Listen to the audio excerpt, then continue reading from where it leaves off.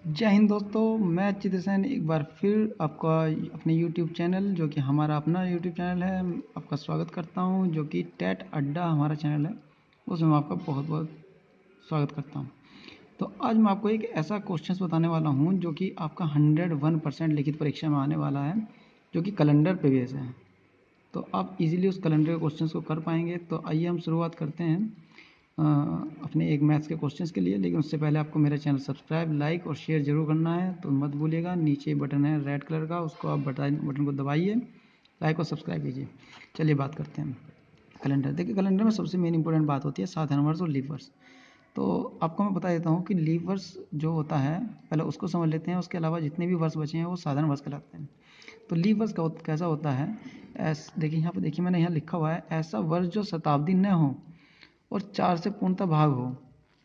ठीक है, प्रत्येक वह शताब्दी जो 400 से पूर्णतः भाग हो लीप वर्ष कहलाता है। स्पष्ट है कि जो शताब्दी 400 से विभक्त नहीं होती है वो लीप वर्ष नहीं होती है। यहाँ शताब्दी की बात चल रही है, यहाँ वर्ष की बात नहीं चल रही है। ठीक है, तो मैंने यहाँ पे कुछ लिखा है, ये 400 के मल्टीपल में चलेगा। मतलब 400 और 800 और 1200, ये सब लीप वर्ष हैं, ये शताब्दी होती हैं।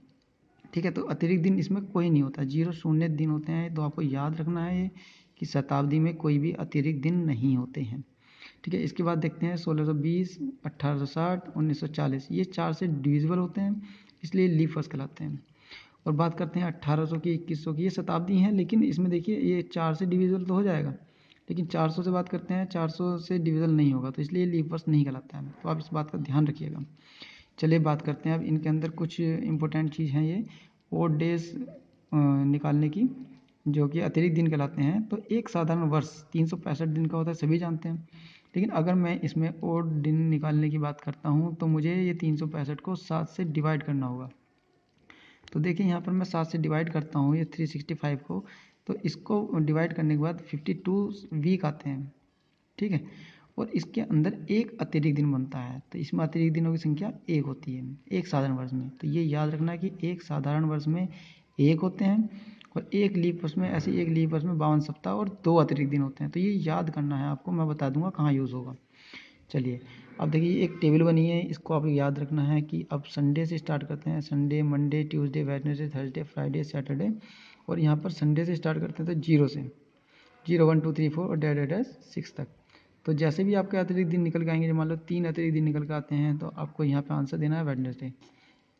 चलिए अब देखते हैं कुछ और 100 वर्ष के अतिरिक्त दिन। यहाँ आपको ये देखो 100, 200, 300, क्योंकि 400 का मुझे पता है, क्योंकि मैंने आपको 400 का यहाँ पर देखिए, यहाँ पर मैंने आपको बताया था कि 400, 800, 1200 होते हैं, उसमें 0 होते हैं। लेकिन 400 से पहले की बात हमें नहीं पता है, तो उसके लिए मैंने यहाँ पर लिखा है कि 100, 200, 300, और इसके बाद में इसमें अतिरिक्त दिन जो होते हैं, तो हम 5, 3, 1 कर रहे हैं, तो रिवर्स चल रहा है। तो यहाँ से आप 1, 3, 5 ओड संख्याएं जो होती हैं 1, 3, 5 ऐसे याद कीजिएगा। ठीक है, तो ईजी होगा। तो 400 वाली सीरीज में 0, और 300 में 1, और 200 में 3, और 100 में 5 होते हैं। तो आप ये याद रखिएगा। चलिए अब देखिए, मैंने आपको ये ऊपर थ्योरी बताई है, डिस्क्रिप्शन दिया है इसका। तो अब हम एक क्वेश्चन लेते हैं। क्वेश्चन देखिए, ये आपको लगेगा लंबा, लेकिन जब मैं दूसरा क्वेश्चन बताऊंगा वो आपको ईजी लगेगा। ये मैं समझाने के लिए किया है। एक क्वेश्चन आता है 15 अगस्त 1947 को कौन सा दिन होगा। तो 1947, तो ये 2000 से कम है, तो ये 1600 की रेंज में आएगा। 1600 प्लस 300 प्लस 46, यहाँ 46 लिया है मैंने, यहाँ 47 नहीं लिया, क्योंकि यहाँ पर ना 47 का पूरा साल हम नहीं ले रहे हैं, 15 अगस्त तक लेंगे बस, तो इसको अलग निकालना होता है। तो अब देखिए 1600 में, देखिए हमने कहा था कि 400 की जो सीरीज होती है उसमें लीवर्स कितने, 0, और 300 वाली में मैंने देखो यहाँ पे बताया था कि 300 में होता है 1, तो मैंने यहाँ पे 1 लिख दिया है। ठीक है, और बचा 46। अब 46 में मुझे अतिरिक्त दिन निकालने हैं, तो अतिरिक्त दिन निकालने के लिए देखिए, मैंने यहाँ पे आपको बताया था कि अगर लीप ईयर्स है तो इस तरह से डिवाइड करते हैं, और साधारण वर्ष है तो हम इस तरह डिवाइड करते हैं। तो आप यहाँ देखिए, ये हमारा क्वेश्चन जो है 1947 लीप ईयर्स नहीं है तो साधारण वर्ष है, तो 7 से हम इसको डिवाइड करेंगे। और सॉरी 4 से, देखो 7 से डिवाइड नहीं होगा, यहाँ पे 4 से डिवाइड होगा। 4 1 जा 4, 4 1 जा 4, बच जाएंगे कितने, 2।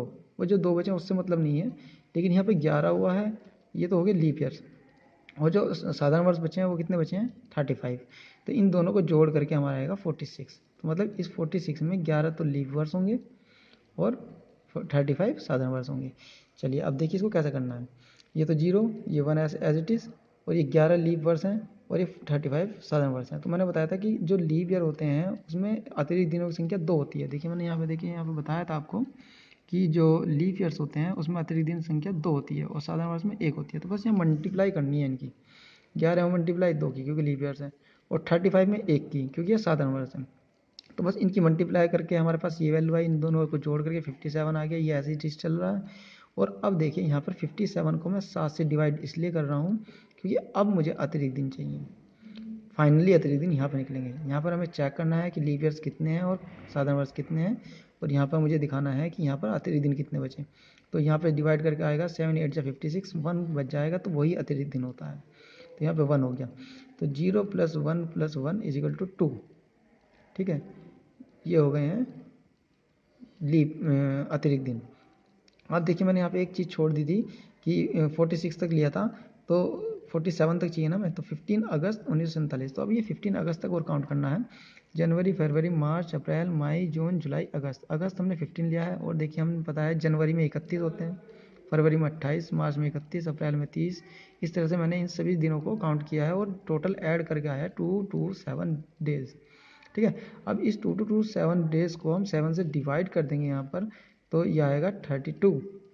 ठीक है, तो इसमें अतिरिक्त दिन बनेंगे आपके 3। देखो यहाँ पे हमने 7 से डिवाइड करा है 32।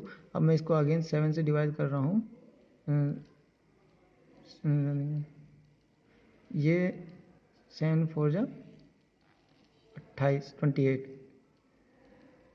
यहाँ पे कुछ गलती हो गई है दोस्तों। अगर मैं इसे 7 से डिवाइड करता हूँ तो 32 आता है, और कैरी शेष जो रिमाइंडर बचता है वो 3 बचता है, इसलिए अतिरिक्त दिन 3। तो मैं थोड़ा कन्फ्यूज़ हो गया था, तो आपको कन्फ्यूज़ नहीं होना है। इसको डिवाइड करके आया है इतना, और शेष जो रिमाइंडर बचा है वो बचा है 3।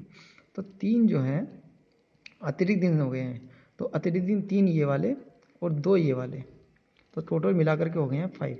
तो 5 डेज हमारे पास में, देखिए 5 यहाँ पर हमने जो मैंने टेबल बनाई थी यहाँ पर, ये वाली टेबल, तो 0 1 2 3 4 5 5 को होता है फ्राइडे।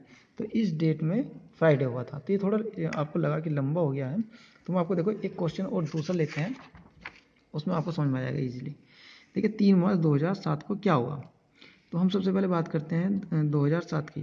ठीक है, तो उसमें मुझे 2000 से स्टार्ट करनी पड़ेगी। वहाँ पर 16 1600 से गया था, क्योंकि 2000 से नीचे था, लेकिन 2000 से ऊपर वाली संख्याओं में 2000 लेंगे। तो 2000 में 0, क्योंकि लीप ईयर्स हो गया, टोटल शताब्दी हो गया। और इसके बाद में बचा 7 से हमने क्या कहा था कि 7 मार्च है, तो हमें मार्च तक चाहिए 7 बार। उससे पहले 6 ईयर वाला हम काउंट करेंगे। तो 6 में कैसा हो जाएगा, इसको हम 4 से डिवाइड करेंगे, 4 एकम 4, ये तो हो गया लीप ईयर्स, और 1 और 5 6, तो 5 हो गए साधारण वर्ष। तो हमें पता है लीप ईयर्स में 2 होते हैं, तो 2 से मल्टीप्लाई कर दी, इसमें 1 से मल्टीप्लाई कर दी, जैसे मैंने पहले वाले क्वेश्चन में बताया था। तो इन दोनों को जोड़ करके आया 7, और 7 से 7 पूरा पूरा डिवाइड हो जाता है, तो इसलिए अतिरिक्त दिन इसमें आ गए 0। तो ये आपको ध्यान रखना है। चलिए, इसके बाद में हमने क्या कहा था कि जो हमारे पास वो है जो 6 बचा, अब उसको निकालते हैं। जनवरी, फरवरी, मार्च, क्योंकि यहाँ पे हमें मार्च तक चाहिए, 3 मार्च तक, तो मैं 3 मार्च तक लिखूँगा यहाँ पे, उससे पहले जनवरी और फरवरी। तो इन दिनों को काउंट कर लेंगे, 62 डेज आए हैं, और इसको 7 से डिवाइड करते हैं, तो 7 8 जा 56, और 8 उसमें जोड़ेंगे तो 62 आ जाएगा। तो इसमें जो आया आपका 6। ठीक है, तो 6 + 0 6 ही होगा, तो 6 में क्या होगा, शनिवार। तो आपको ऐसे ही याद रखना है। देखो ये छोटा हो गया। आइए एक और क्वेश्चन देखते हैं। 31 मार्च 2020। अब यहाँ पे ये ध्यान रखिएगा कि ये लीप ईयर्स नहीं होना चाहिए। अगर लीप ईयर्स होता है तो जो आपका रिजल्ट आएगा उसमें 1 ऐड करना पड़ता है। अगर लीप ईयर्स नहीं है तो वही रिजल्ट हो जाएगा। तो ये भी ध्यान रखना है, इसलिए मैंने ये क्वेश्चन डाला है इसमें।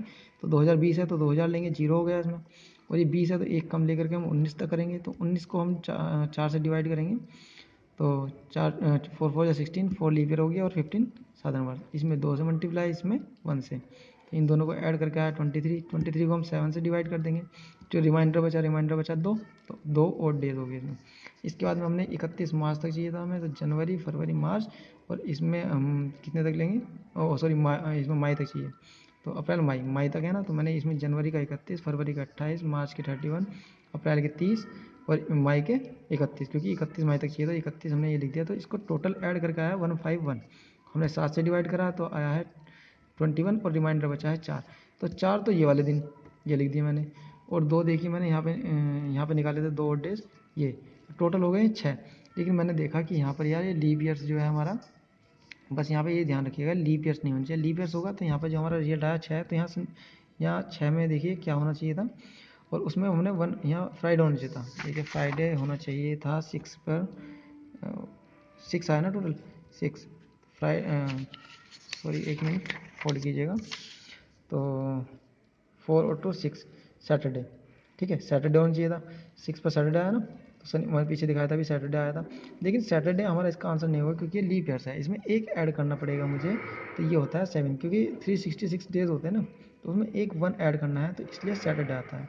तो थैंक यू फ्रेंड्स, अगर आपको मेरा ये वाला लेक्चर बेनिफिशियल लगा हो तो लाइक सब्सक्राइब जरूर कीजिए, क्योंकि ये क्वेश्चन जरूर आने वाला है। और मेरे चैनल को सर्च करने के लिए आप टैट अड्डा डालना है अब आपसे, क्योंकि चैनल का नाम चेंज हो चुका है, तो आपको ईज़िली मैंने सर्च करने के लिए ये ऐसा किया। तो जय हिंद दोस्तों, मिलते हैं नेक्स्ट वीडियो में जल्दी। ओके।